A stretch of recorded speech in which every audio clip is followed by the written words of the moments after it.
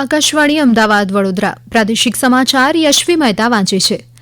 કેન્દ્રીય ગૃહ અને સહકાર મંત્રી અમિત શાહે કહ્યું કે મહાત્મા ગાંધી પછી પ્રધાનમંત્રી નરેન્દ્ર મોદીએ સ્વચ્છતાને લોક ચળવળ બનાવી અને લોકોમાં સ્વચ્છતાની સંસ્કૃતિ કેળવવામાં ઘણું યોગદાન આપ્યું. શ્રી શાહ અમદાવાદ ખાતે 470 કરોડ રૂપિયાથી વધુના વિવિધ વિકાસલક્ષી પ્રોજેક્ટના ઉદ્ઘાટન અને શિલાન્યાસ બાદ સભાને સંબોધિત કરી રહ્યા હતા.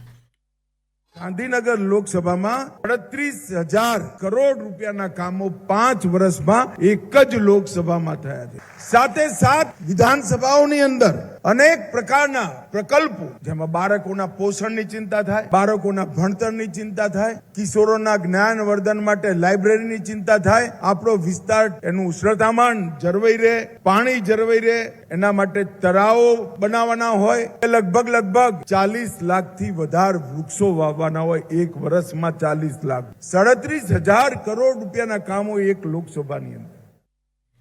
આ પૂર્વે તેમણે પોતાના સંસદીય મત વિસ્તાર ગાંધીનગરમાં વિવિધ યોજના તેમજ સોલામાં GMERS હોસ્પિટલમાં નવનિર્મિત ટેલી રિહેબિલિટેશન સેન્ટર સહિત વિવિધ પ્રોજેક્ટનું લોકાર્પણ કર્યું. કેન્દ્રીય મંત્રી બપોર બાદ સાણંદ નજીક કાર્યકર્તા સંમેલનમાં ભાજપ કાર્યકર્તાઓને સંબોધન કરશે.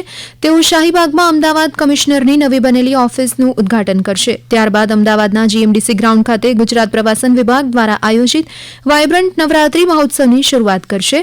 ઉપરાંત અમદાવાદમાં નવરાત્રીના 3 કાર્યક્રમમાં પણ હાજરી આપશે. શ્રી શાહ આવતીકાલે ગાંધીનગરના મહાત્મા મંદિર ખાતે ADC બેંકની સ્થાપનાના 100 વર્ષની ઉજવણી કરવાના સમારોહનું ઉદ્ઘાટન કરશે. આ ઉપરાંત તેઓ ગાંધીનગર અને અમદાવાદ જિલ્લાના વિવિધ વિકાસલક્ષી કામના ખાતમુહૂર્ત અને લોકાર્પણ કરશે અને સાંજે બહુચરાજી માતાજીના મંદિરે દર્શન તેમજ આરતીમાં ભાગ લેશે. નવરાત્રી પ્રસંગે ભક્તોના ધસારાને ધ્યાનમાં રાખીને રાજ્યના પ્રસિદ્ધ શક્તિપીઠ અંબાજી, પાવાગઢ અને ચોટીલા મંદિર ખાતે વિશેષ વ્યવસ્થા કરવામાં આવી છે. પાવાગઢ મંદિર ટ્રસ્ટે મહાકાળી મંદિર વહેલું ખોલવાનો નિર્ણય લીધો છે. આ ઉપરાંત નવરાત્રીના પ્રથમ દિવસે રવિવાર, આઠમ અને દસમા નોરતે સવારે 4 વાગ્યે રોપવે શરૂ થશે. માછી અને દુધિયા તળાવ આસપાસ સફાઈ અને વીજળીની વ્યવસ્થા માટે પણ તાલુકા વહીવટીતંત્રને સૂચના આપી છે, તેમ પંચમહાલ જિલ્લા કલેક્ટર આશિષ કુમારે જણાવ્યું હતું. ગઈકાલે રાત્રે મહાકાળી ધામ પાવાગઢ ખાતે 1.5 લાખથી વધુ માઈ ભક્તો ઉમટી પડ્યા હતા. આ દરમિયાન પંચમહાલ જિલ્લાના શેરી અને જાહેર ગરબા આયોજકોએ વરસાદની અનિશ્ચિતતા વચ્ચે તૈયારીઓ પૂર્ણ કરી છે. ગોધરામાં પોલીસ હેડક્વાર્ટર ખાતે આ વખતે પણ વિશાળ આયોજન કરવામાં આવ્યું છે. સુરેન્દ્રનગર જિલ્લાના યાત્રાધામ ચોટીલામાં નવરાત્રીના 9 દિવસ સુધી ડુંગરના પગથિયાના દ્વાર સવારે 4:30 વાગ્યે ખુલશે. આરતી સવારે 5 વાગ્યે થશે. તારીખ 10મી ઓક્ટોબરના રોજ હવનાષ્ટમી નિમિત્તે ડુંગર પર હવન યોજાશે.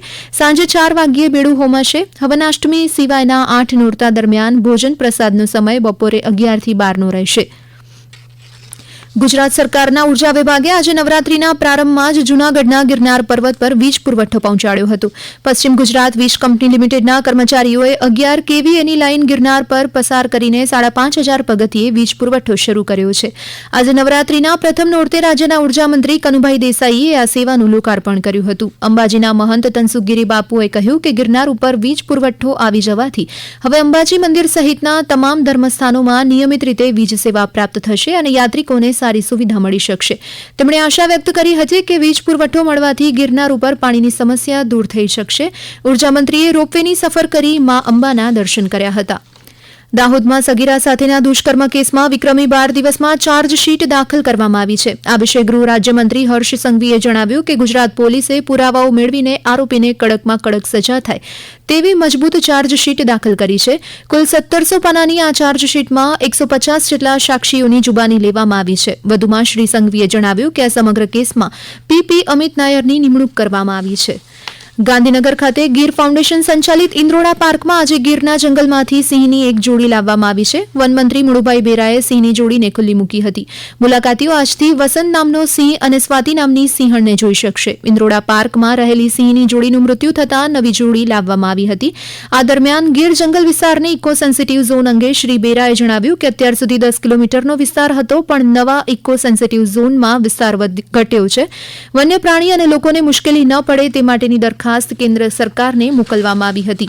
કચ્છના દીનદયાળ પોર્ટ ખાતે police, ICSF, SOG, marine task force, intelligence units અને ચેતક કમાન્ડો ફોર્સ દ્વારા સંયુક્ત રીતે મોક ડ્રીલનું આયોજન કરવામાં આવ્યું હતું. પૂર્વ આયોજન પ્રમાણે દરિયાઈ માર્ગે ખાડીમાંથી આતંકવાદીઓએ કંડલા પોર્ટમાં ઘૂસવા માટે એક બોટને બંધક બનાવી હતી. ક્રીકમાં શંકાસ્પદ એક્ટિવિટી જોતા જ CRPFનું પેટ્રોલિંગ યુનિટ સક્રિય થયું હતું. આતંકવાદીઓ ફાયરિંગ કરતા કંડલા પોર્ટની ફ્લોટિંગ જેટી થઈને આસિસ્ટન્ટ ટ્રાફિક મેનેજર ઓફિસ બિલ્ડિંગમાં ઘૂસી ગયા હતા. આ દરમિયાન અથડામણ થતા CRPFની ક્વિક રિસ્પોન્સ ટીમે એક આતંકવાદીઓને ઠાર કર્યો હતો. આ સમાચાર આપ આકાશવાણીના અમદાવાદ વડોદરા કેન્દ્ર પરથી સાંભળી રહ્યા હતા, જે આપ અમારી YouTube channel AIR news Gujarat પર પણ સાંભળી શકશો. વધુ સમાચાર માટે આપ અમારા ટ્વિટર હેન્ડલ AIR News_ABAD ને ફોલો કરી શકશો.